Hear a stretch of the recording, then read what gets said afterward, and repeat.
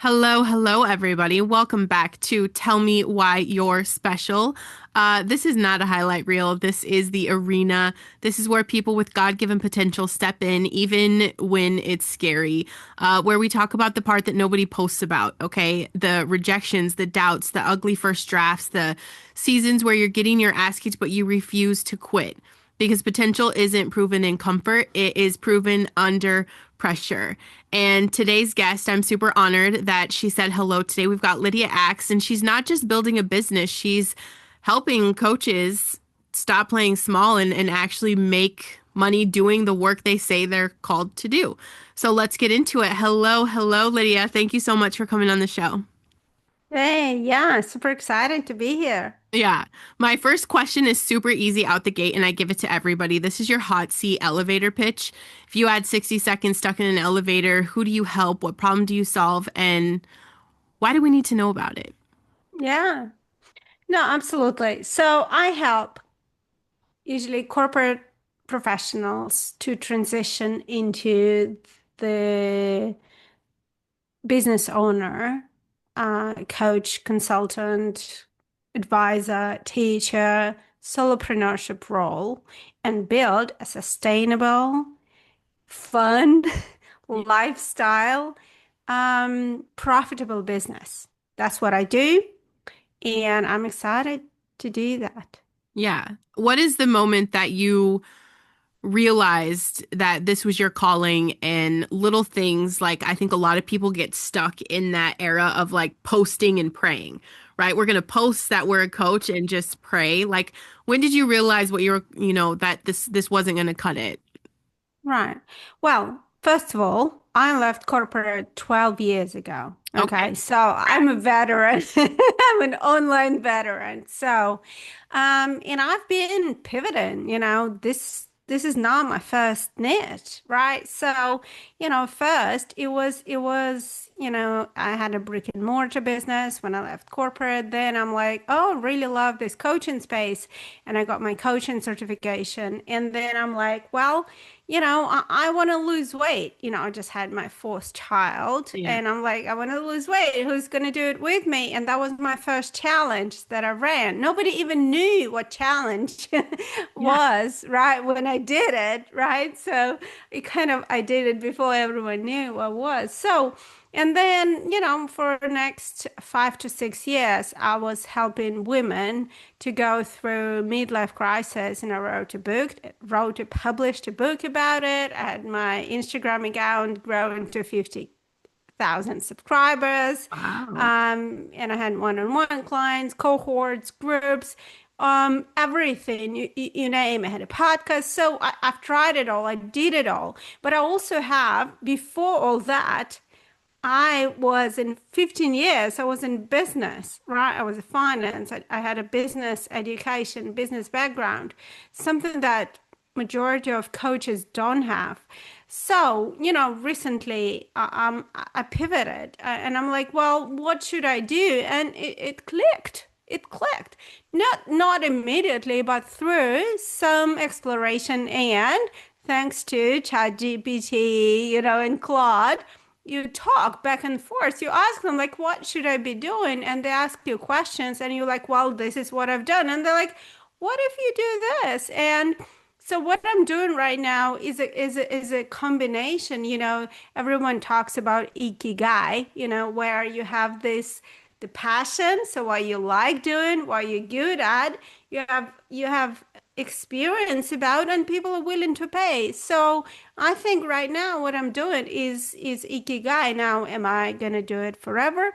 I don't know, because I'm multi passionate person. I'm doing something for some period, and then I'm like, well, maybe it's time to move on. But right now, I'm really passionate about helping coaches because I see a lot of great coaches Yeah. struggle, and I want to help them.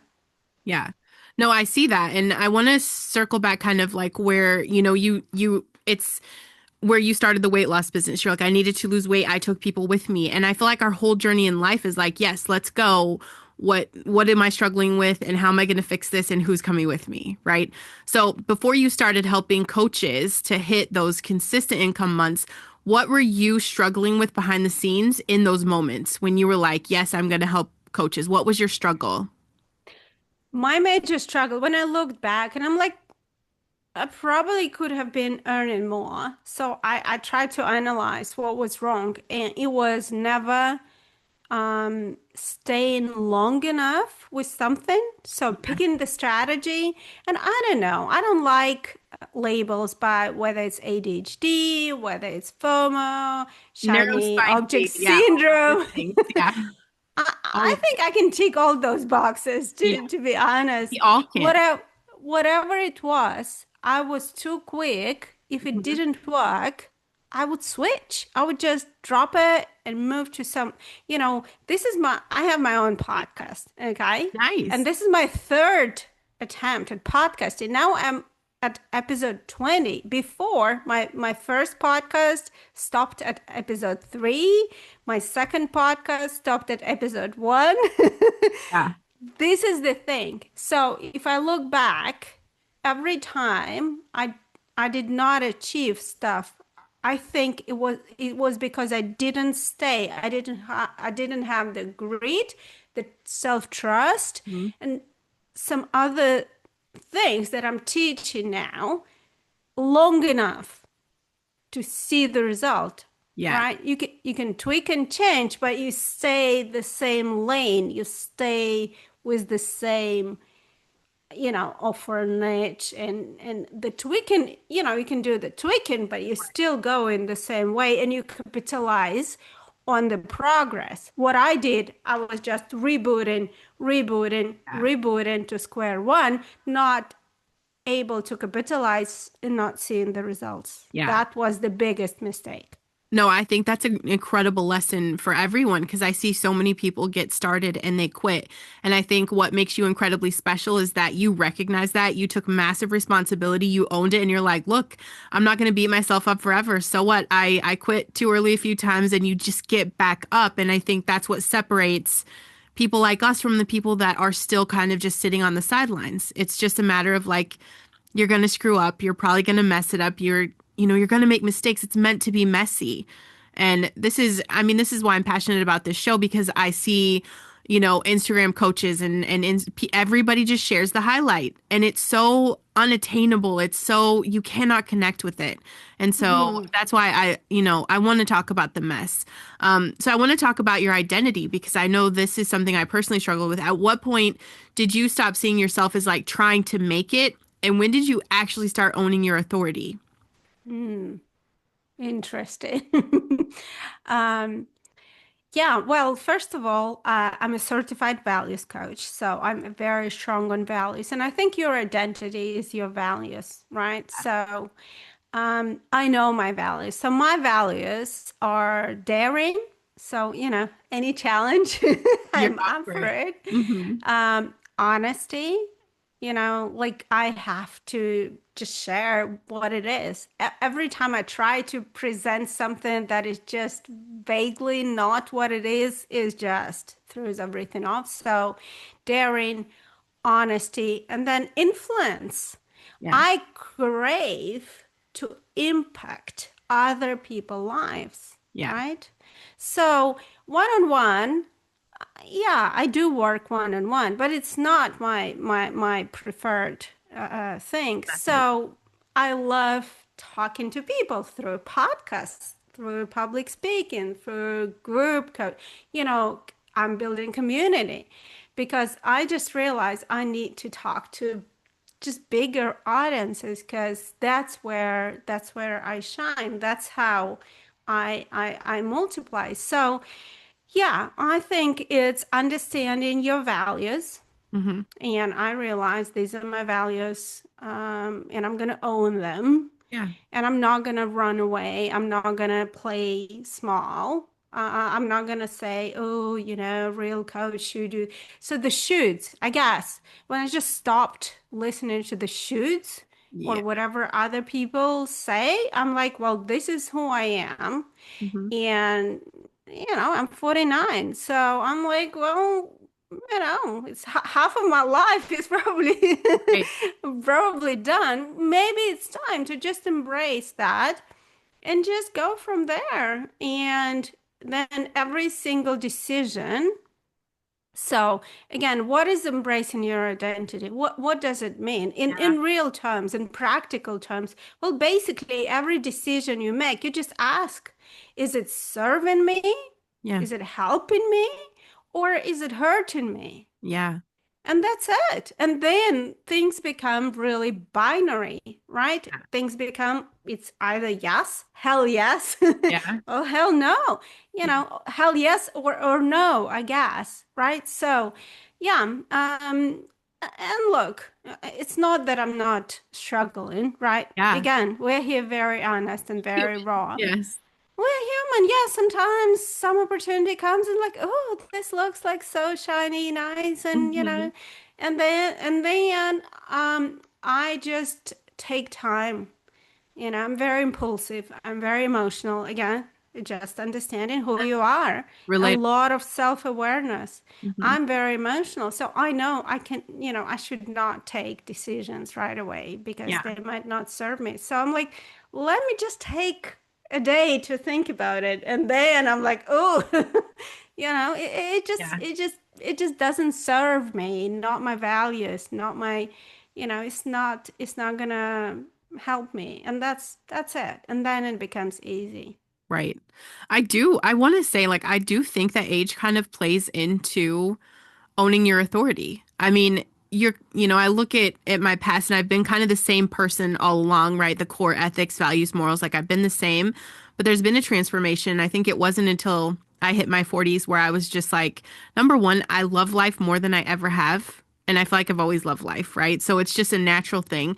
Number two, you start to realize, okay, my brain is different. Everybody's brain is different. How can I work with it? It's not the enemy, right? And then you find this voice, this unapologetic, and I give God all the credit for it.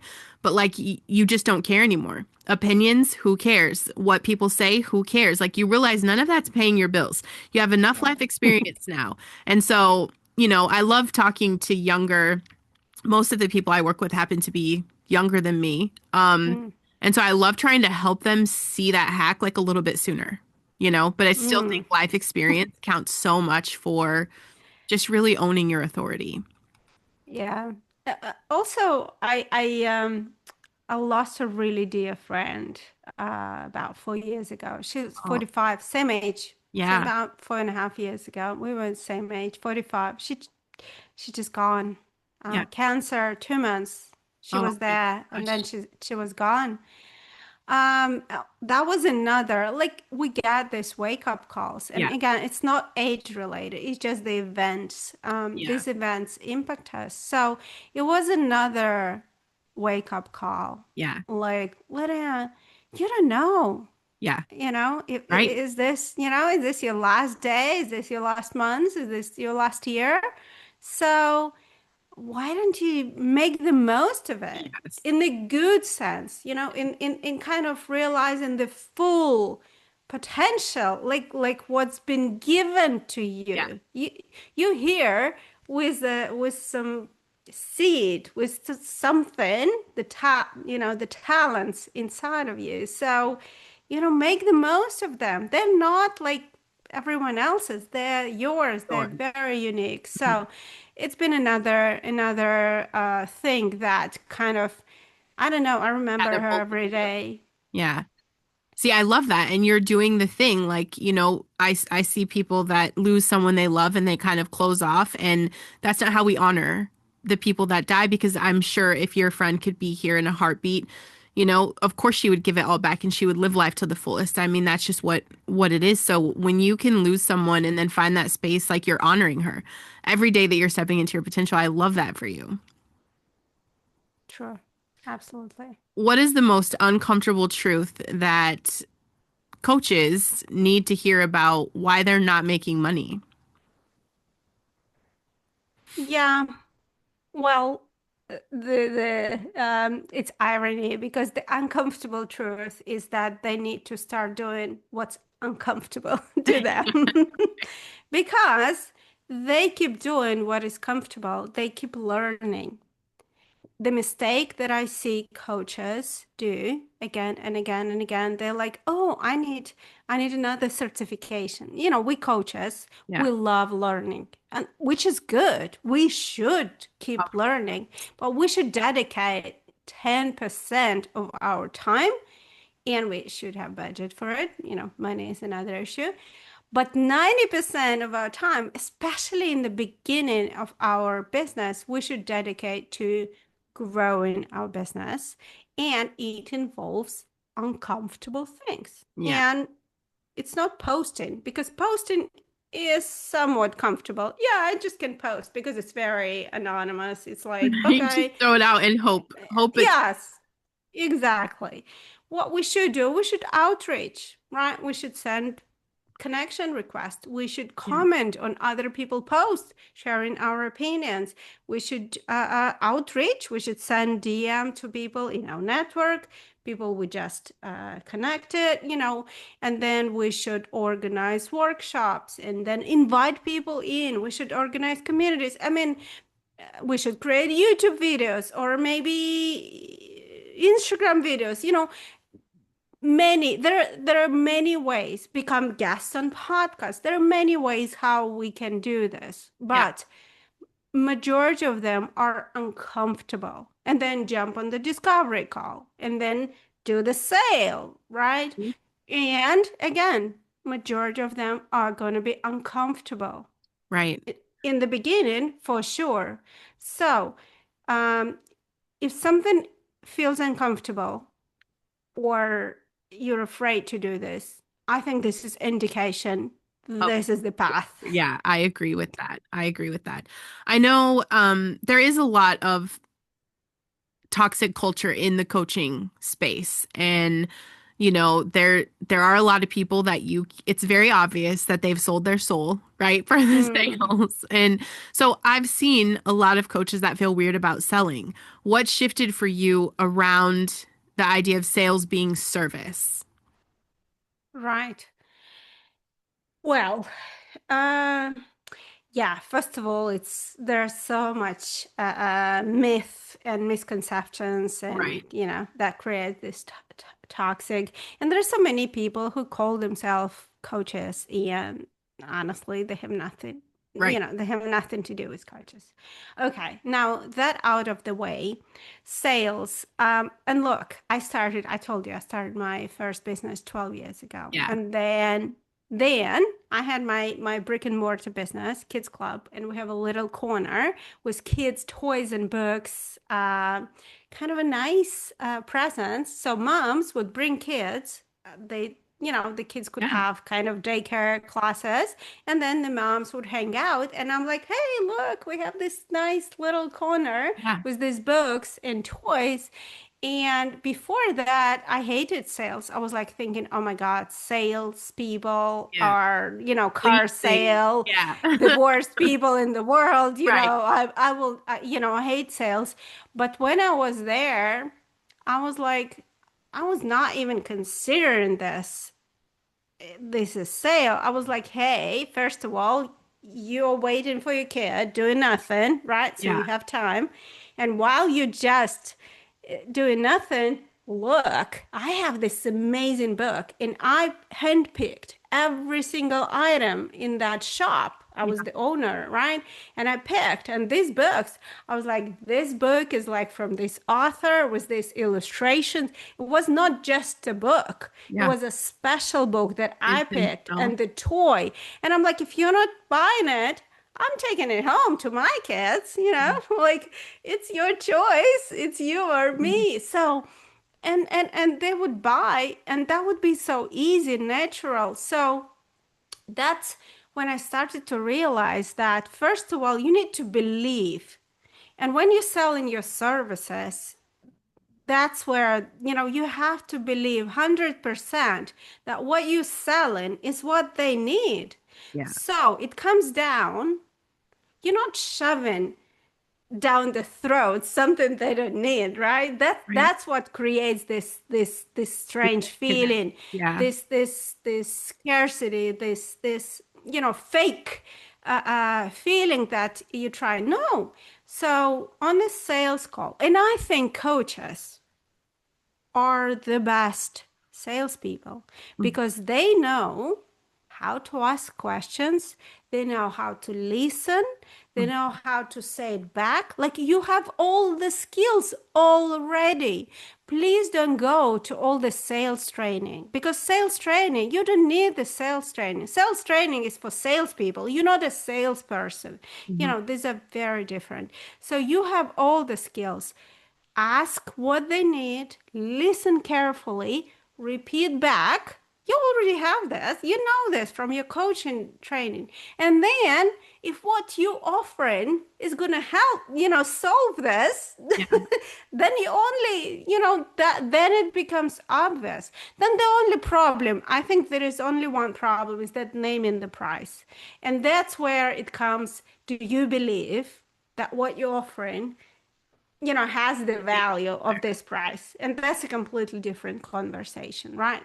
Um, That is there. But otherwise, it's just if you believe, like, this is amazing thing, and I'm showing, as if Yeah. I'm showing you like the Yeah. book, the toy that I was selling, because I believe that this is such an amazing book. If Yeah. you're not taking, I'm taking it. Yeah. If you believe so much in this service and you believe they need it, and when they use it is gonna solve their problem, like how difficult could that be? Right. Right. Why do you think so many people resist choosing a niche? Like, what Mm, happens? What's the shift when they finally do? I struggled with this because I wanted to do yeah. everything. I wanted to do everything. I'm like, I can't just put it in a little box. Every single coach struggle with it, me included. We have this course, coaches, because coaching is universal tool. You know Yeah. this, I know this. Coaching, it's like a Swiss knife. Yeah. Like you can apply it to everything and everyone. It is a struggle, and why we struggle because there is some sort of belief that we think, oh my God, if I narrow it down, how can I find these people? It's going to be more difficult. I'm going to post, but in my audience, I don't have those people yet, right? So there are so many limiting beliefs. So if I narrow, I will not find. They're not in my audience yet. I have to keep it broad to try to get, or what if the client comes and then, so there, what ifs, right? So, and then one more thing, they look at someone who made it, Yeah. coaches who made it. I don't know, Mel Robbins or like Tanya Robbins, or like they Mhm. look at the huge, people who made it, Right. and they're very broad, Yeah. but they can afford to be broad. Yes. This is, you cannot afford to be that broad when you're just starting Yeah. out. Thank you for So I saying think, that out loud. yeah, two things. We look at people who made it, who are way, way, way far, far from us. And then they're also afraid that if they narrow, that nobody gonna respond. Now, your product, I think, the little tweak here. Your offer and your product and your position should be very narrow, but the content doesn't have to be, right? Yeah. Again, it can be a little bit broad, but just again mentioning, Yeah. you know, again, it's a bit of an art and science, but in your content, again, mentioning your narrow niche, but it's it's every single coach struggle with this, Yeah. but it's scary. But if you try it, and if you do this for, I don't know, at least 30 days, 90 days, you will see such a big difference. Big difference. Such a big difference. Yeah. I very much agree with that. What are you building right now that feels bigger than just income, where you just know this is like an assignment you Mm. can't steer from no matter what? Yeah. Oh, I doing two things, which is I never recommend my clients do two things. I'm a big focus person, but I'm doing two things. First of all, I'm building a community. I'm building a community for coaches, consultants, solopreneurs, and I'm like, this is a 12-month sprint, 12 months to 12K, kind of monthly Nice. sprints. Okay. And I'm doing it. Rebuilding my own business. And it's like, come and join me. I'm Yeah. not a guru. I'm just sharing everything I know from my 12 years. And, just come with me on that journey. And Yeah. I'm really passionate about that.